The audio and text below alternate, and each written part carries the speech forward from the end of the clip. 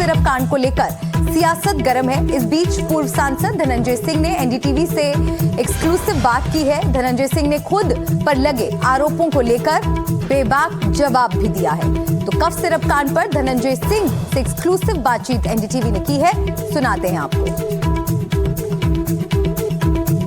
उत्तर प्रदेश में coding cough syrup को लेकर लगातार कार्रवाई जारी है। इस पूरे मामले में राजनीतिक बयानबाजी जारी है, घेराव किए जा रहे हैं, पॉलिटिकल एलिगेशंस लगाए जा रहे हैं बात करने के लिए, जिनका नाम बार बार अलग अलग जगहों से उठ रहा है। पॉलिटिकल पार्टीज ले रही हैं, अलग अलग एक्सपर्ट्स ले रहे हैं बात करने के लिए। धनंजय सिंह जी हमारे संग मौजूद है। धनंजय जी, ये आरोपों की बौछार एकाएक आप पर जो इस पूरे मामले में हो रही है, क्या कारण देख रहे हैं आप? देखिए, अप्रत्यक्ष रूप से लोग इस पे समाजवादी पार्टी स्पेशली मैं देख रहा हूँ कि एजेंडा बनाए हुए है, और समाजवादी पार्टी मुझको लेकर इस प्रदेश में पिछले 4-5 सालों से मुद्दा बना के राजनीति करती है।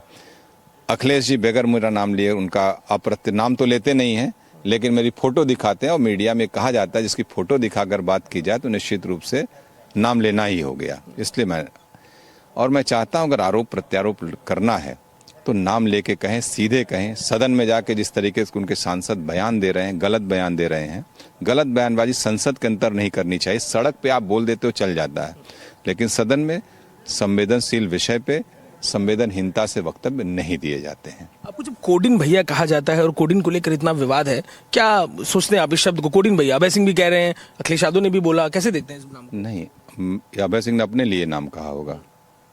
इन सब विषयों पे देखिए, मैं आपको बताऊं, अखिलेश जी जिस तरीके की बात कर रहे हैं, अखिलेश जी जब मुख्यमंत्री थे यूपी पब्लिक सर्विस कमीशन का नाश कर दिया उन्होंने, और पूरे प्रदेश में हर जिले में एक मुन्ना भाई तैयार कर दिया अखिलेश जी ने, और न जाने 50 लाख छात्र हर साल यूपी पब्लिक सर्विस कमीशन में अपीयर होते, उनका भविष्य चौपट कर दिया उन्होंने।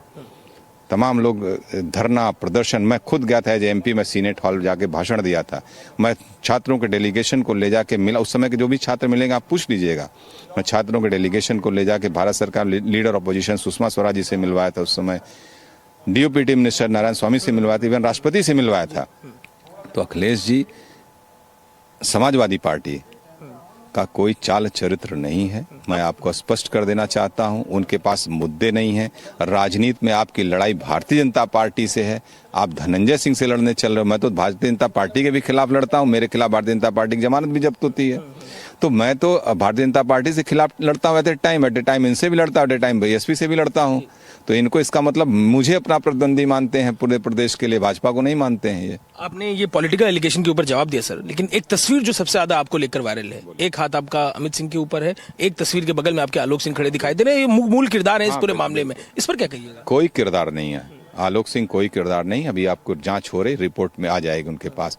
आलोक सिंह से मैंने पूछा था, आलोक सिंह ने बताया, जब ये इशू रेज हुआ तो मैंने आलोक से पूछा विषय क्या है, तो वो बगैर मेरी जानकारी में, मैं उसको चाइल्डहुड से जानता हूँ, ये पड़ोस में मेरे एकदम क्लोज डोर नेबर भी है, उनका बड़ा भाई sub inspector, he is good friend of mine.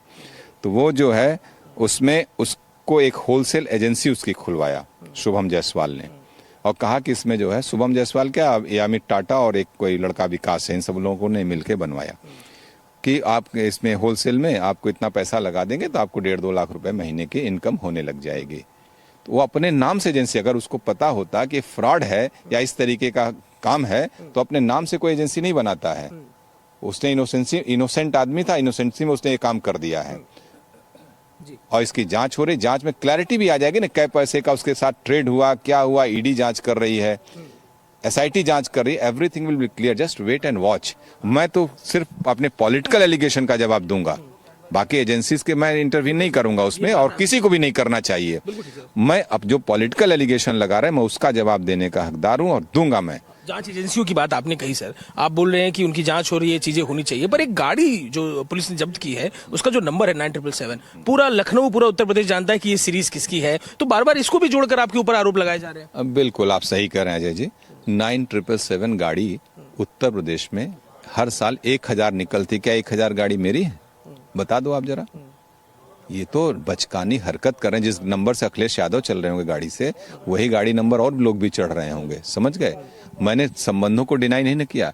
आलोक से मैं कह रहा हूँ, मैं चाइल्डहुड से उसको जानता हूँ। बहुत से कुछ सोशल मीडिया हैंडलरों ने मुझे मैसेज करके पूछा था, तो आज सुन लेंगे आपके चैनल, तमाम चैनलों में बोल रहा हूँ। संबंधों का संबंध कोई पिता के बेटा भी अगर घर में से जो पढ़ने जाता है ग्रेजुएशन या 12th में पढ़ रहा होता है और नशा कर लेता है, बहुत से गलत काम कर ले, पिता को भी नहीं पता चलता। घर में बच्चियां बिना बताए माता पिता को शादी कर लेती, माँ तक को पता नहीं चलता है। समझ रहे हैं? तो आलोक ने क्या किया, इस बिजनेस किस तरीके का किया, मुझे कोई जानकारी नहीं। संबंध थे, उनके परिवार से है, आगे भी रहेंगे, वो एक अलग विषय है। लेकिन गलत काम का कभी मैंने समर्थन नहीं किया है, न करूंगा इस बात का कभी भी। गलत काम की विरोध की बात कही सर, संसद तक मुद्दा उठ गया है। धर्मेंद्र यादव हैं, रागिनी सोनकर हैं, अखिलेश यादव हैं, तमाम पॉलिटिकल नेता जो है समाजवादी पार्टी के घेर रहे हैं आपको। ऐसा कई एकाएक हो गया है कि पूरा सिस्टम समाजवादी पार्टी का ये सब झूठे नेता हैं, इनको कोई होमवर्क नहीं है। मैं यही शब्द करूंगा, झूठे हैं।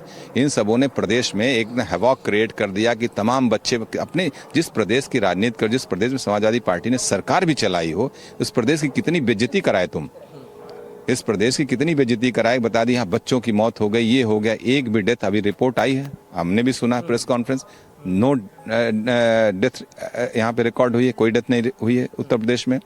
उत्तर प्रदेश में जो इलीगल ट्रेडिंग का इश्यू है वो जांच कर रही है पुलिस। और इन लोगों को मैं आपके माध्यम से जरूर बता दूंगा कि ये लोग सदन में कम से कम, सड़क पे तो बोलो, मैं जानता हूँ हल्ला बोल कर देते हैं मीडिया के ऊपर, दैनिक जागरण के ऊपर, समाजवादी पार्टी का चाल चरित्र इसी तरीके का है।